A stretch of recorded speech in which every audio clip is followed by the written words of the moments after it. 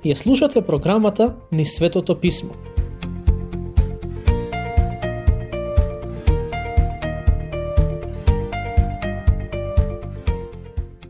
Драги пријатели, денес ќе започнеме со обработка на глава 17 од Евангелието според Јован.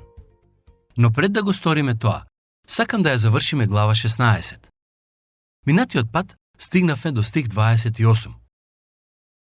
Генерално гледано, заклучни зборови во ова Евангелие се сметаат оние кои се наоѓаат во глава 20, 30 до 31, каде пишува: И многу други чуда изврши Исус пред учениците своји, што не се запишани во оваа книга. А овие се запишани за да поверувате дека Исус е Христос, Синот Божи, и верувајќи да имате живот во Неговото име. Овие стихови ни помагаат да сфатиме поради која причина е напишана оваа книга. Сметам дека стихот 28 е исто така од исклучителна важност и на некој начин е еден од оние стихови кои ја објаснуваат срцевината на Евангелието. Слушнете што рече Исус: Излегов од Отецот и дојдов во светот. Сега пак го оставам светот и се враќам кај Отецот. Ова е многу важна изјава. Ниту еден човек не може да ги каже овие зборови, освен отолотворениот Господ Исус Христос. Тој не подсетува дека неговото раѓање не беше почеток на неговото постоење. Кога дојде на оваа земја, Исус се отелотвори, но бидејќи е вечниот Бог, тој постоеше од секогаш. Стих 29. Му рекоа учениците негови: Еве, сега откриено зборуваш и никаква парабола не кажуваш. Патем, на црквата оваа вистина треба да ја биде јасна како ден. Исус е Бог кој дојде на оваа земја и се отелотвори. Тоа е Евангелието. Стих 30. Сега знаеме дека знаеш се и нема потреба никој да те прашува. Заради тоа веруваме дека од Бога си излегол. Сега знаеме дека знаеш се и нема потреба никој да те прашува. Заради тоа веруваме дека од Бога си излегол. Како што можете да забележите, апостолите не само што веруваат дека Исус е Господ, туку после се што видоа, тие се уверија дека е тоа така. Исус им одговори: Сега ли верувате? Ете, иде часот и веќе настапува, да се разбегате секој кај своите, а мене сам да ме оставите. Но јас не сум сам, бидејќи Отецот е со мене. Станува збор за една од најголемите мистерии на христијанската вера. Бог во Христос го помири светот со себе. Кога беше на крстот, Исус извика: Боже мој, зошто ме остави? Тоа е цитат од Псалм 22. Објаснувањето дадено во тој псалм е: бидејќи си свет. Иако Исусовата смрт на крстот изгледаше како голем пораз, сепак тоа беа моменти кога Бог го помири светот со себе си. Во следниот стих се запишани едни од најпознатите зборови на Господ Исус Христос. Истовремено, ова се едни од последните зборови кои им ги кажа на учениците. Еве ја аксиомата на христијанскиот живот. Ова ви го реков за да имате мир во мене. Во светот ќе имате маки, но не плашете се, зашто јас го победив светот. Како што можете да забележите, овој стих многу јасно ни кажува дека Божиото дете може да има мир во овој свет. Тој мир го има само во Христос. Не можеме да најдеме мир на друго место. Важно е да го имаме тоа на ум. Не можеме да најдеме мир на друго место, без разлика колку трагаме по него. Мирот не можеме да го најдеме во службата, во црквата или во помагањето на оние кои се во потреба. Единствениот начин да го добиеме Божиот мир е преку Исус Христос. Ова е од исклучителна важност за Божиите деца. Мораме да разбереме дека се што каже Исус е за да ни даде мир. Тој рече: Ова ви го реков за да имате мир во мене. Но во овој стих има едно ветување: во светот ќе имате маки. Единственото нешто што овој свет може да ни го подари е мака и неволја. Светот е место каде што има неволји. Има многу верници кои тврдоглаво живеат според неговите вредности и после се чудат што си навлекле многу неволји. Ако живеете според вредностите на светот, единственото нешто што ќе го добиете за возврат се маките и неволјите. Господ Исус го кажа тоа многу јасно. Слушнете го останатиот дел од стихот. Но не плашете се, зашто јас го победив светот. Неговата победа е и наша победа. Денес во црквите често се зборува за тоа како да живееме победоносен живот. Реалноста е дека Исус е единствениот кој живеел победоносен живот. Ние самите не можеме да живееме победоносно. Единственото нешто што можеме да го направиме е да му дозволиме победоносно да живее преку нас. Ако го направиме тоа, ако се идентификуваме со него и му дозволиме да живее преку нас, тогаш ќе го искусиме Божиот мир во нашите срца и нема да се плашиме. Ако живееме според неговите зборови, ќе добиеме радост и мир. Ако живееме според вредностите на светот, ќе добиеме маки и неволји. Глава 17. Господовата молитва. Исус се моли за себе. Со тоа доаѓаме до глава 17. Последниот стих од претходната глава почнува со зборовите: Ова ви го реков. Кога вели ова, Исус мисли на сите нешта кои се запишани во главите 13 до 16 од Евангелието според Јован. Во текстот кој се наоѓа во глава 17, Исус не зборува со учениците, туку му се моли на Отецот. И покрај тоа што не зборуваше со учениците, тој сепак се молеше за нивно добро, но и за доброто на оние кои ќе поверуваат преку нивните зборови. Исус е нашиот прекрасен посредник, кој се застапува за нашите потреби и заштита. Лично сметам дека оваа молитва, а не Оче наш, треба да биде наречена Господовата молитва. Оче наш е молитва која им беше дадена на учениците на Исус. Самиот тој не можеше да ја каже бидејќи е безгрешен и немаше потреба да бара простување на гревовите. Како што Исус не можеше да ја моли Оче наш, така и ние не можеме да ја молиме оваа молитва која е запишана во текстот пред нас. Кога велам дека не можеме да ја молиме молитвата запишана во глава 17, не мислам на тоа дека не можеме да ги изустиме зборовите од кои се состои истата.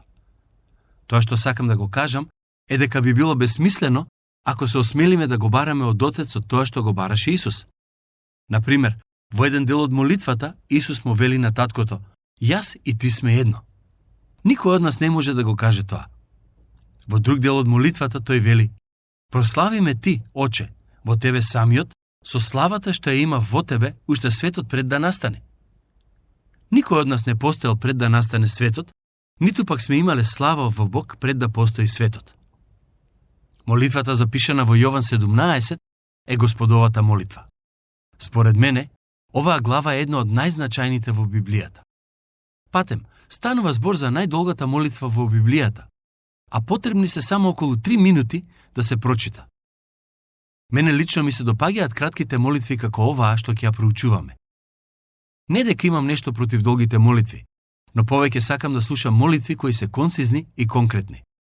Сметам дека таквите се поефективни од оние кои траат 10 до 15 минути, а во нив постојано се повторуваат истите нешта. Секоја глава од Евангелието според Јован е како скалило кое ни помага да се искачиме повисоко и повисоко во спознавањето на Господ Исус Христос. Според мене, Јован 17 е скалилото кое не носи до самиот врв. Сакам да обрнеме малку внимание на тоа што кажале други луѓе во врска со оваа глава. Слушнете што рекол Метју Хенри во врска со овој текст. Ова е најзначајната молитва, која следи веднаш после најзначајниот утешителен разговор во историјата на човештвото. Зачетникот на протестантската реформација, Мартин Лутер, рекол: Оваа молитва е кажана од срце како ниедна друга. Исус го отвара своето срце, како во врска со нас, така и во врска со Отецот. Молитвата е искрена, едноставна, длабока, богата, широка и всушност нема збор со кој може соодветно да се опише. Филип Меланхтон, кој исто така бил еден од протестантските реформатори, рекол: Од сите звуци кои биле изустани на оваа земја, ниту еден не бил повозбудлив, посвет, поблагословен од гласот на Исус додека ја кажувал оваа молитва. Ова е една од молитвите кои Џон Нокс многу често ги читал. Не се сеќавам колку пати ја има прочитано, но знам дека бројката била многу голема. Кога бил на смртна постела, сопругата го прашала: Што сакаш да ти читам? Неговата желба била да ја слуша молитвата запишана во Јован глава 17. Низ историјата на црквата, голем број христијани наоѓале утеха во зборовите кои се дел од застапничката молитва на Исус. Се надевам дека Светиот Дух ќе ни помогне да сватиме колку е важен текстот кој е пред нас денес. Не се чувствувам доволно адекватен да ве водам во проучувањето на оваа молитва. И затоа се молам Бог да ми помогне да го кажам тоа што тој сака да го слушнете. Според мене, ова е најубавата молитва која е кога било искажана. Исус се застапува за учениците и за сите негови следбеници. Се разбира, ова не е единствениот пат кога Исус разговара со Отецот. Додека ги читаме Евангелијата, забележуваме дека Исус се молеше многу често. Кога ја започна јавната служба, во Марко 1:35 пишува дека стана, излезе и отиде на пусто место и таму се молеше. Во Евангелието според Лука 6:12 пишува: тие денови се искачи на една гора за да се помоли и ја помина целата ноќ во молитва кон Бога. Не само во овие, туку и во други стихови во Евангелијата пишува дека Господ Исус практикуваше заедништво со Отецот преку молитва. Покрај другото, тоа и нам треба да ни покаже колку е важно да практикуваме молитва. Исус се уште се моли и се застапува. Некој можеби ќе праша, за кого и зашто се моли Исус? Одговорот на тоа прашање е многу едноставен. Исус се моли за вас и за мене. Ако сте заборавиле да се молите за себе денес, тој не заборавил. Исус се молеше за вас ова утро, а Отецот секогаш ги одговара неговите молитви, бидејќи се според неговата волја и за негова слава. Нашите молитви не се секогаш услишени, бидејќи некогаш се молиме според нашите желби. Сетете се што вели Исус во Јован 11:41 и 42. Тогаш го дигнаа каменот каде што лежеше умрениот. А Исус ги подигна очите угоре и рече: Оче, ти благодарам што ме услиши. Јас знаев дека ти секогаш ме услишуваш, но ова го реков заради народов што стои наоколу, за да поверуваат дека ти си ме пратил. Време е да почнеме со обработка на глава 17. Ке го прочитам првиот стих. Ова го каже Исус, па ги подигна очите свој кон небото и рече: Оче, дојде часот, прослави го својот син, за да те прослави и синот твој. Во денешното проучување ќе дадеме само генерален вовед во оваа молитва, а следниот пат ќе навлеземе подетално во тоа што го каже Исус. Еве еден предлог во однос на тоа како можеме да ја поделиме оваа молитва, со цел подобро да ја разбереме. Во стиховите 1 до 5 Исус се моли за себе. Во стиховите 6 до 19 се моли за апостолите. Во стиховите 20 до 26 се моли за оние кои ќе поверуваат преку нивните зборови и сите останати христијани, меѓу кои сте и вие и јас. Исус се моли за себе. На почетокот од молитвата, Исус се моли за себе, но сакам да обрнете внимание на контекстот. Молитвата за себе не е знак на себичност, туку напротив, тоа е знак дека не се надеваме на себе си и дека ни е потребна силата од Отецот кога се молиме. Треба да се молиме за другите, но и за себе. На некој начин, молитвата ни помага да се наштимаме согласно небото. Секој инструмент прво треба да се наштима, за да биде подготвен да се свири на него. Затоа верувам дека пред да се молиме за другите и пред да им служиме на другите, потребно е да се наштимаме, односно да се молиме за себе. Тоа е од исклучителна важност за нашето духовно здравје.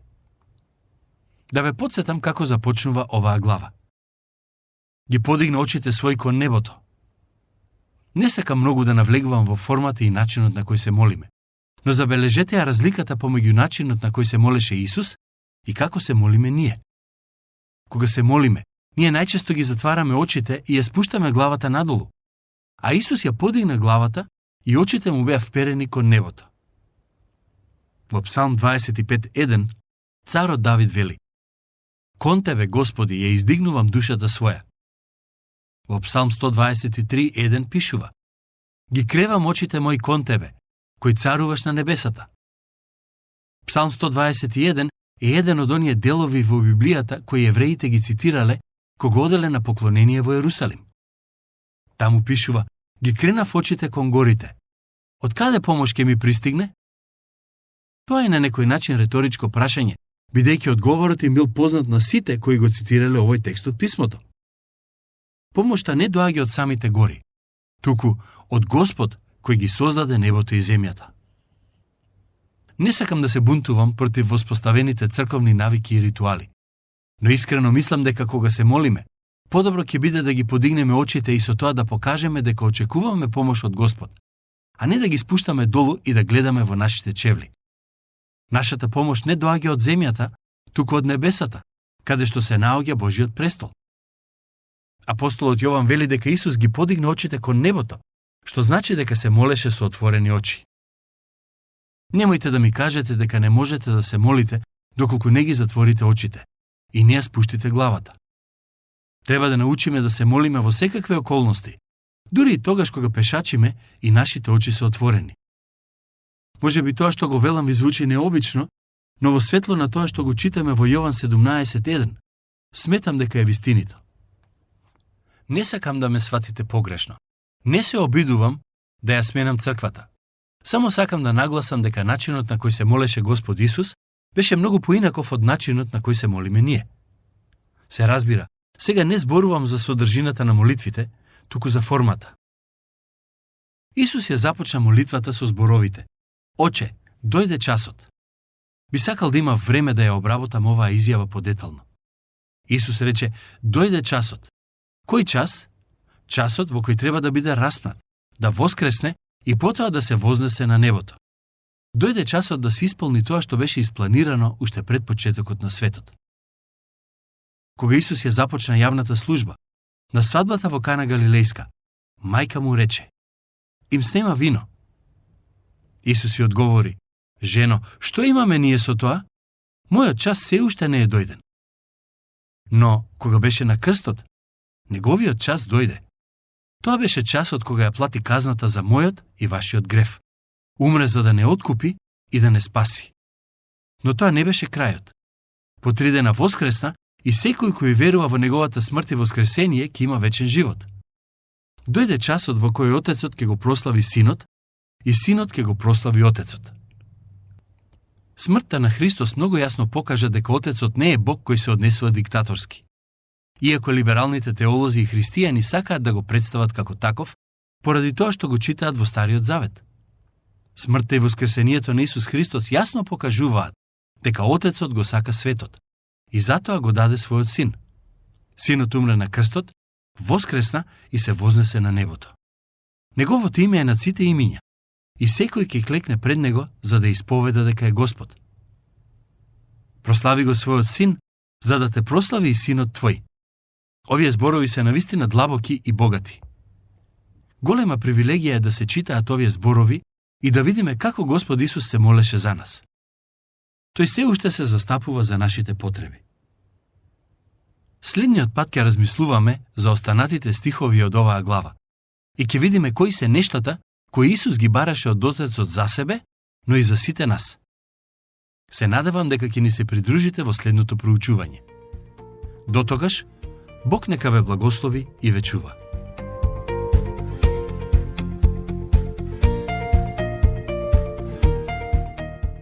Слушнавте емисија од програмата Ни Светото Писмо. Можете да не слушате и преку мобилна апликација на нашиот YouTube канал и на сите познати подкаст платформи, како што се Google, Apple и Spotify. Ако ви се допаѓаат нашите програми, споделете ги и препорачајте ги на вашите пријатели. Бидете слободни да оставите свој коментар или да ни пишете на нашата имейл адреса nissvetotopismo@gmail.com. Следете ги нашите страни Nis Светото Писмо Македонија на Facebook и Instagram.